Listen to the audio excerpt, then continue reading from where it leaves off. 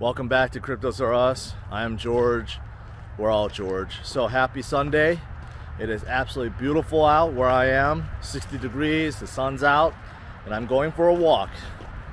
I told you guys I will continue to do these videos because you guys enjoyed the last one so much, and gives me an opportunity to get you guys caught up with some of the things that's going on in my life and with the channels. Right, so in this video, there are several things I have to address. Number one, Ben Armstrong had made some damning accusations towards Hourglass, towards Jett, and towards Brian Evans. So, number one, I do want to address everything that he said and give you my perspective of everything I have witnessed and everything I've been part of. So, yes, that's number one. Number two is I do want to give you guys an update on IFL. Number two, I want to give you guys an update on IFC. Yes, I have a name. It's called IFC. Stands for Influencer Fight Club. Yes, there has been some major developments, so I'm going to share a little bit about the IFC. Also, share a little bit more about what's going on with CRU Plus and something that happened today that still bothers me to this second. So I'm going to share what that is. It may seem a little petty, but I don't care. I'm going to share it anyways because I think I'm right. All right, number one. Let's talk about Ben Armstrong, aka ex-BitBoy. All right, so you guys know, a lot of you guys know my history with Ben. Basically, has been non-existent because I've stayed an arm length away from Ben, and that's because Ben, of course, is a controversial guy to say the least. However, I've always stayed friendly because I feel like, you know, he has helped me in the past. I met him a couple times this year while filming the next crypto gem. We had dinner once also, so we were friendly, right? And 2021, I mentioned this, he helped me cover F2 Pool, which brought a lot of attention to my channel and helped me grow. So that's the reason why I've always stayed away from Ben, because, you know, I didn't want to be part of all the controversial things that he has been part of or has caused or been accused of, right? There has been a lot of things. Anyways, so with all that said, during his hardships, during the last month or so, I have been trying to console him, give him some advice, right? Light gesture things. Not like we were very close, but you know, I tried to do what I can. We texted a few times, right? And I don't know if you listened to any of the things I've said, but you know, I tried. And also, recently, I reached out to him about the IFC because I think it's a great idea. And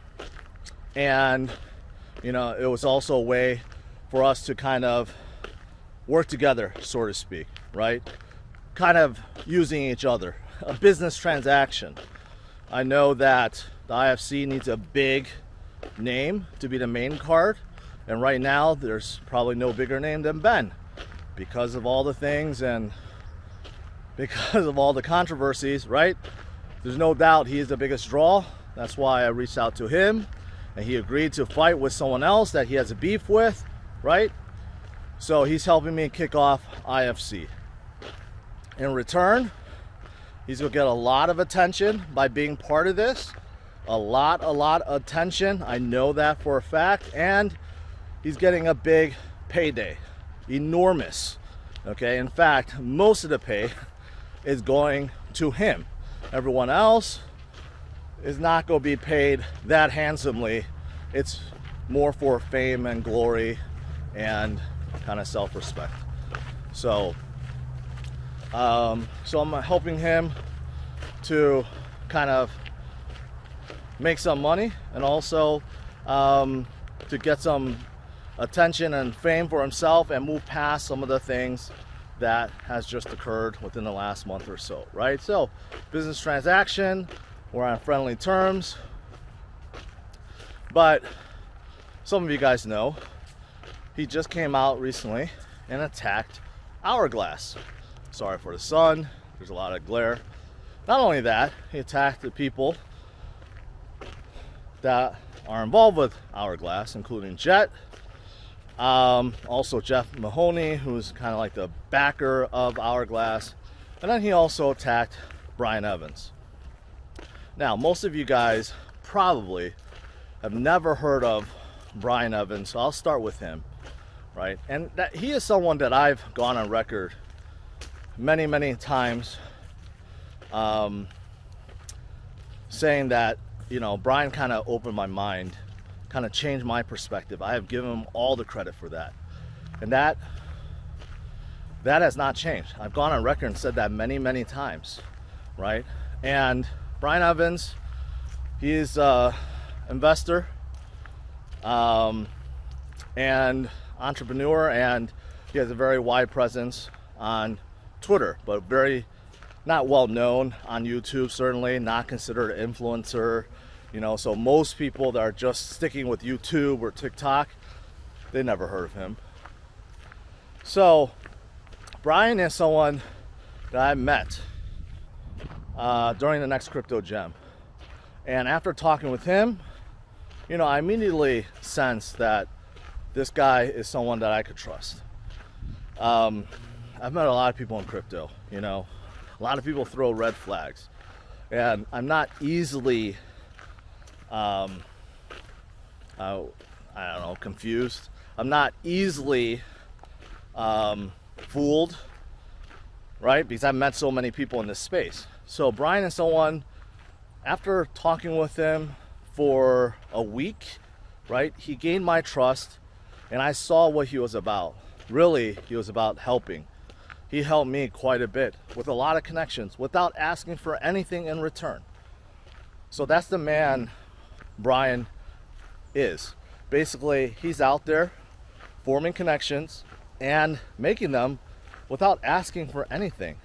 You know, at first, I actually thought that was a red flag, because I've never met anyone else like him. Everyone else does things transactionally, meaning that, hey, if I make this introduction, I'm expecting this back, right? If I'm getting you this deal, I'm expecting a cut. You know, everyone else in the space is like that. Even with influencers. A lot of influencers that I've stayed away from for a very long time, they're kind of like that. They're dicks to talk to. They're not fun to be around. They were not genuine, in my opinion. And they were very transactional. Very transactional. They reached out, it's because they wanted something. That was it. It wasn't reach out to say, how are you? How can I help you? No. And to this day, I would say most of them are still like that. But I'm trying to change people's minds, because Brian changed my mind. So he made me realize that you can be a better human overall. Not just a better influencer, a better human, right? Not treat everything transactional. Don't treat everyone as if they have to help you in some way in order for you to help them first. We should not be like that. We shouldn't. I know most of the world does operate that way, and most people operate that way, but you know, he made me realize there's a better way to do it. So I credit him 100% for opening up my mind and realizing that there's a better way to do things. So after meeting him, when I came back, no joke, I started making all these meetings with projects and other influencers, and just started talking, right? For 2-3 straight months. I had 3 or 4 meetings per day, non-stop, to kind of get myself out there and get to know people in the space. Okay, so 100% credit to Brian. Now, with that said, Brian is an investor. He's an investor in so many projects, way more than me. That's how he makes his money, by investing in projects, right? He's a pure investor. He's an angel investor and a people connector. Really, that's how I label Brian. So, has he invested in some of the biggest projects out there? Yes. Has he invested in meme coins? Yes. Some that may have gone up and down? Yes. But was he the leader of them? No. Right? So that was one of the things that BitBoy, or Ben, sorry, it's force of habit, kind of hard to stop saying that. That was one of the things that Ben accused Brian of, being a scammer, being a pump and dumper, and being part of some of these projects that he named. You know, that's just not true. I can't be certain 100%. It's not like I see into Brian's books, but he does share a lot with me. So I know from my experience, he is definitely not a scammer. And he tried very, very hard even to be friendly with Ben. Ben even said that in his video about replacing Cassie with Peter of Wise. Now, I have talked to Peter before. He does have a project called Wise, and he has $100 million of Wise locked into Uniswap.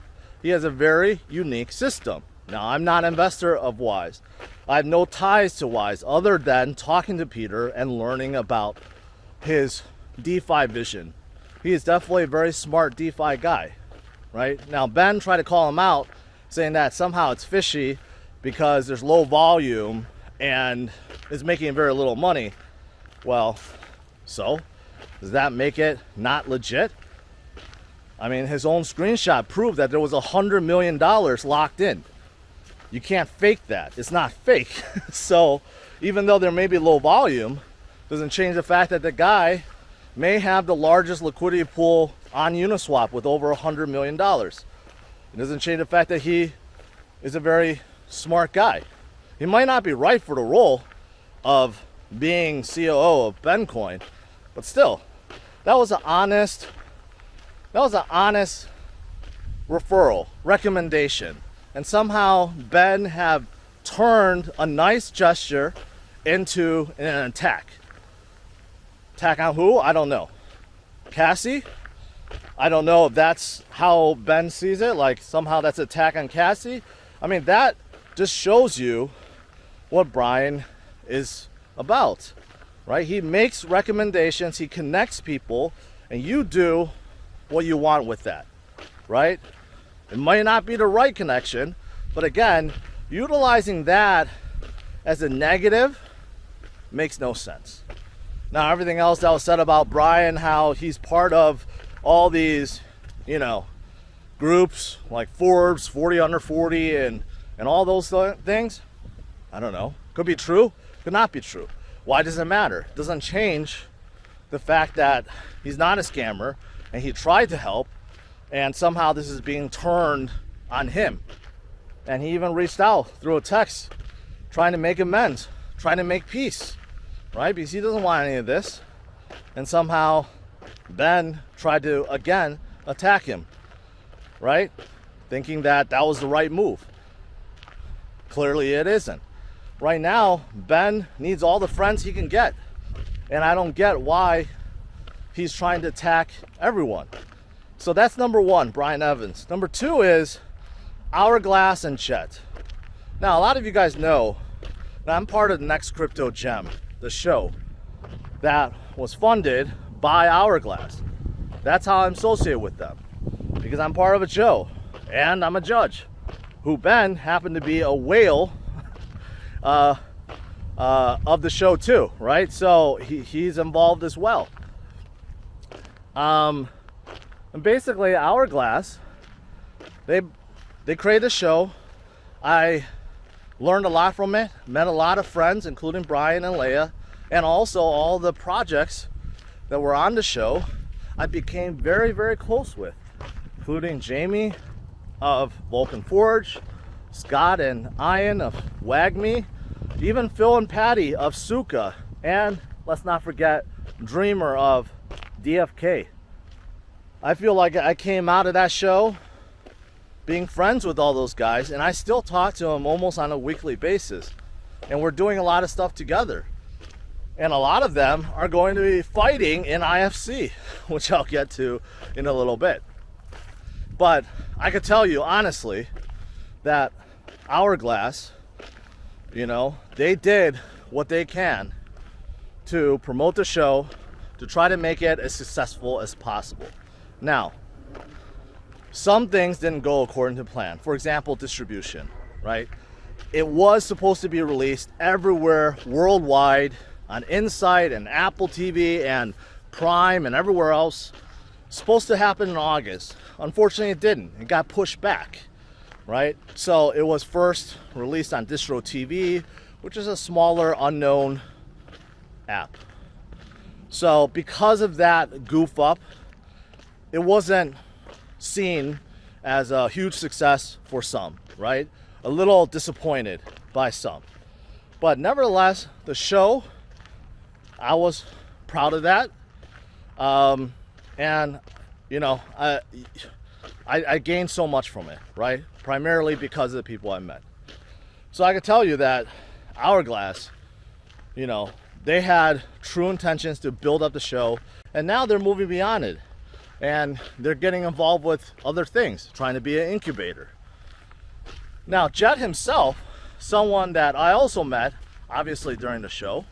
I don't talk to as much to Jett as I do with Brian. First and foremost, Ben's attacks on Jett's height, very uncalled for.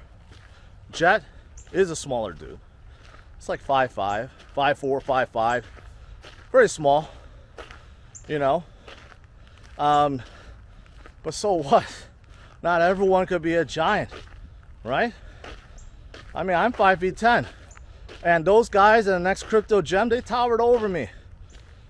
Jamie from Vulcan, he's 6'4", okay?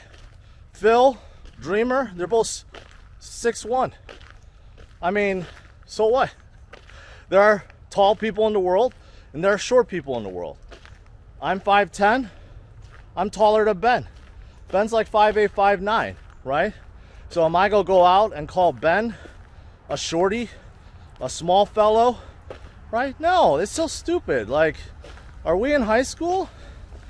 You know, so, you know, Ben wanted to attack Jett because he dumped.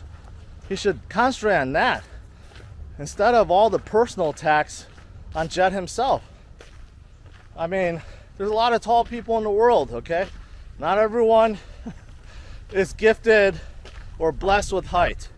And trust me, I know. I wish I was a 6-footer. I wish I was 6'2", right?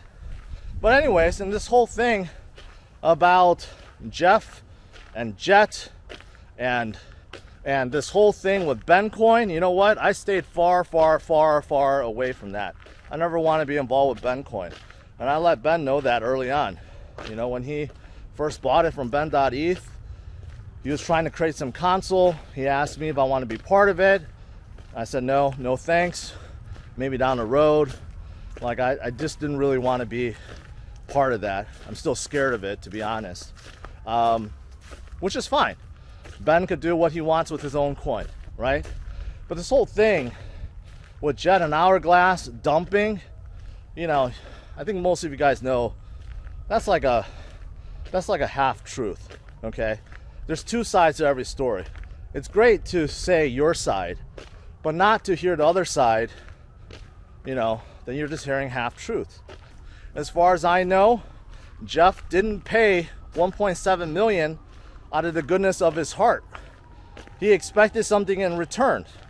And as an investor who just put in close to $2 million into Bencoin, you got to figure he's asking for something back. Either he expects to get paid back or some other way of getting paid back. And think about it, if you're holding that many Ben coins and then the controversy hit and I'm not gonna go through all of it. You guys know, is it really a surprise that Jeff would want to get out and dissolve himself of everything, right? I mean, that's not really a surprise either. So that's all I'm saying. I have no idea what they did. I have no idea what kind of deal they made. I hear what I hear from both sides, and I try to piece it together, okay? And I'm just saying, it's great when you tell half the story, but then you don't cover the missing elements of the story. Then of course it looks one-sided and looks like you're correct. That's I think people know better. I didn't even have to really address it, but I did, okay? Because I just feel like I said at the beginning, I stayed arm length away from Ben. I didn't want to be part or caught in any of the controversial things. But now he's attacking people that I'm close with, right? So I have to address it. I'm not going to attack Ben, okay? I'm not. And of course, like I said, we're still working together on IFC. But still, I can't hold my tongue any longer when he starts attacking that people that I respect, people that I'm working with, because I know they are not who Ben describes them as, okay? They are not the evil scammers that he has portrayed, and all the personal attacks on them are just 100% uncalled for. All right, that was long. I spoke for 24 minutes already, so I was trying to keep this video short. Anyways, now let's talk about the IFC, since I just hinted at it. The IFC is underway. So I've been talking closely with the Karate Combat guys. They are preparing contracts. I've asked for the name, address, and email of all the fighters.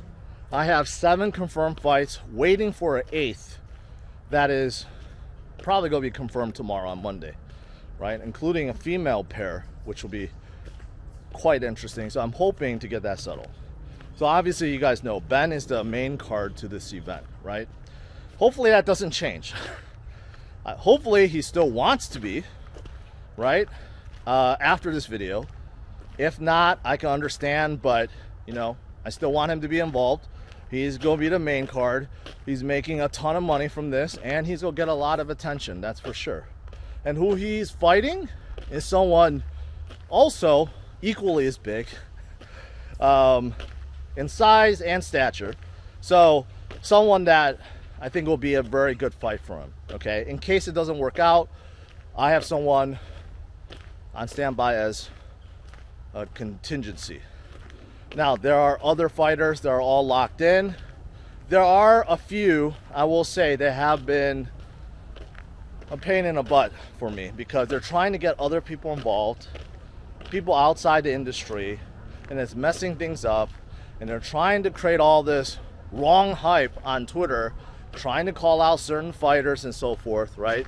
Not what I had in mind. So I'm hoping that they stop and they know who I'm talking about. So please stop trying to get other people involved. Let's get this first one done. Let's make it as successful as possible, and then we can move forward. If this league takes off after this first fight, there will be many, many others after this. And I have no doubt this is going to be absolutely huge. Just look at the recent fight, the Logan Paul fight, right? Like, I know he's been building up, but his latest fight, even though his opponent, Dylan, whoever, Danis, turned out that he was not a fighter and he threw very little punches. I mean, that fight was broadcasted everywhere. Pay-per-view, ESPN, everywhere, right? The amount of attention influencers get is only going up. Traditional media, traditional entertainment are dying, and you guys know that. How often do you even really pull up a show on Netflix these days? For me, very little. Like, I have probably 5 streaming channels. I maybe watch 1 or 2 shows per week. That's it. It's been very little time. It's all about being on YouTube or Instagram or TikTok, right? So influencers are only getting more powerful, more attention, and that's why I think the IFC is going to be absolutely huge. So I am working my butt off and making this happen and making sure that it goes smoothly. Okay, so that's the latest. A lot of exclusive content for every fighter that joins on, no matter who they are. The top from Ben all the way to the lowest. They will guarantee be getting a ton of attention. A ton of attention to themselves, to their brand, to their channels, right? And they can build off of it. So they know this. So even though they're not getting paid an enormous amount, although I'm not gonna say it's too shabby either for this fight, they're gonna get a ton of glory and fame from this, right? So that's IFC. Still working on it, but contracts should be out shortly. Gear, merch, everything will be going out shortly too. So yeah, so it's underway. I'm excited about it. I'm very excited about it. Some people could say, well, it's a total clown show, you know, and it could be, but still, I think it could be a hugely successful thing. I think a lot of people want to prove themselves, and this is a way to do it, not only mentally but physically, and they will get a ton of attention to themselves, that's for sure. So that's the IFC. As for CRU Plus, still underway. Unfortunately, two of my hosts, they've been dragging their feet a little bit. Blockchain Boy, he had one video out, kind of, you know, had some set issues, so hopefully he could get it together and start pumping out fantastic videos like I know he can. His first one, although a little edgy, controversial, no matter, it was good and people enjoyed it. So hopefully he comes out with his next one soon. Crypto Jeb, again, he had some family stuff going on, so hopefully he can get past it and start producing these really good street videos, which I know will be entertaining and you guys will love. So look forward to that as well, right? And everything from the IFC will be on CRU Plus. That's the thing.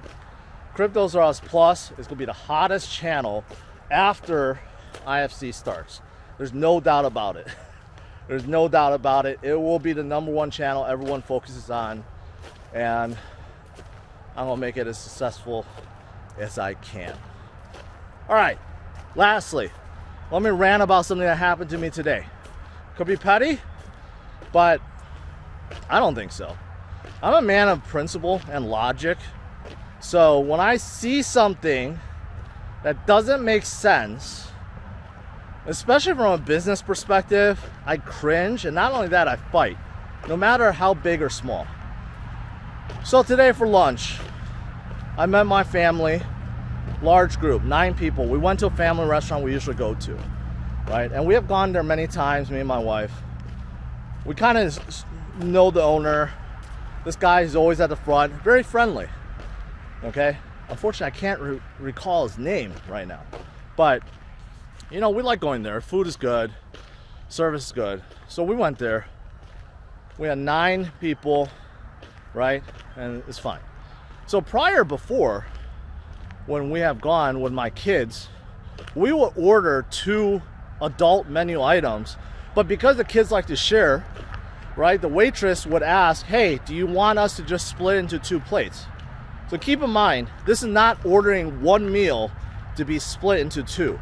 This is asking for 2 meals to be split into 2 on separate plates. They don't have to do that. We could just ask for an extra plate and divide it ourselves. It takes like 2 minutes to do. But, you know, in the past, they've been nice and they're like, okay, we'll just do it for you. Great. Today we did the same thing. When the bill comes, it's like $150. And then I see one line item, open food $2 charge. I don't know what that's about. Never seen that before. So I asked the waitress. Waitress said, oh, that's because you asked for the food to be split into 2 plates. I'm like, are you kidding me? I just spent $150 and I purchased two adult-sized meals and split them into 2 plates, right? Again, this is not like ordering one thing to be split into 2, because I know like restaurants hate that. And it's not like ordering 1 kid's meal. This is 2 full-size adult plates. We simply, asked them to put it in 2 plates. Just like it's $2. I'm like, that's outrageous. You guys have never charged that before. I've been here before with my kids, right? Can you go ask the manager, please? She finds someone else I've never seen before that was also dressed as a waitress. But I have a feeling she's probably the store owner's wife. Very mad. Came in, ugly face, and basically said, hey, you know what? Our menu, and she keeps pointing at our menu. Our menu says if you split, it's a $2 charge. I'm like, I understand if it's 1 plate split into 2, right? But I ordered 2 plates, and we never had this before. Rather than apologizing, rather than saying, okay, but it's our policy, she became more aggressive. She's like, oh, so you had 2 plates, so we should be charging $4 instead of $2. I'm like, are you serious? And she keeps pointing at the menu. She's like, yeah, this is what the menu says. I have to follow the menu. And I'm like, let me speak to the owner, which is the gentleman at the front. She's like, no, I'm the owner. I'm like, really? She's like, yeah, I'm owner. I'm like, but what about the gentleman at the front? She's like, oh yeah, he's the owner too. I'm like, I like to speak to him. Again, total bitch face. Left for 10 minutes. The waitress came back and said, oh yeah, it's taken care of. Like I thought it would be. To argue about $2 over a $150 bill, stupid. I paid. I even left a 20% tip. I could have just left 0, right? But it was not the waitress' fault. So I left 20% tip. On our way out, that bitch standing by the doorway, eyeing us down. Every single one. All of us saw that. Now the owner, who could possibly be the husband, was standing and coming out of the kitchen and say, hey, have a nice day. I have a feeling she didn't even tell him. Because had he known, he would have stopped this immediately. Because we've been there so many times, he knows us. Right? And I felt awkward. I didn't want to pull him to the side and say, hey, look at what that bitch just did to us. So, yeah, that bothers the hell out of me. That's just stupid business. This is really stupid business. A stupid way to run a restaurant. I have a feeling that she's the wife and she doesn't like go there very often, and she was not in a good mood or whatever. But still, if I had that restaurant and someone said that to me, I'm like, yeah, no problem. I'll get rid of it, right? Why would I? Obviously, everyone there is local. It's not like someone that's off the street. It's all local people. Why would you want to stop that? I was telling my wife and family that had they not removed that $2, I would never go back in there again. Because there's like 10 family restaurants around where I live. There's so many to choose from. We don't have to be there, right? So, bottom line is, I thought it was just very stupid. As a business owner, if she truly was an owner, right? She should have just not argued, apologized, and gave it to us. And it made it worse because when she came back to our table, she's like, oh, no, I should charge you for 2 open orders. I should charge you $4. I mean, come on. Luckily she's not there all the time, because if she was truly there all the time enforcing this, that place would have closed down a long time ago. All right, guys. That was a long video. So I've been walking a while, according to about 5,000 steps. So there you have it. Hopefully you guys enjoyed this. This video went a little bit long, but I had to say my piece about Hourglass, about Brian and Jett, Ben, about the IFC, and about this. So leave your opinions in the comments below, and I'll see you guys later. Bye-bye.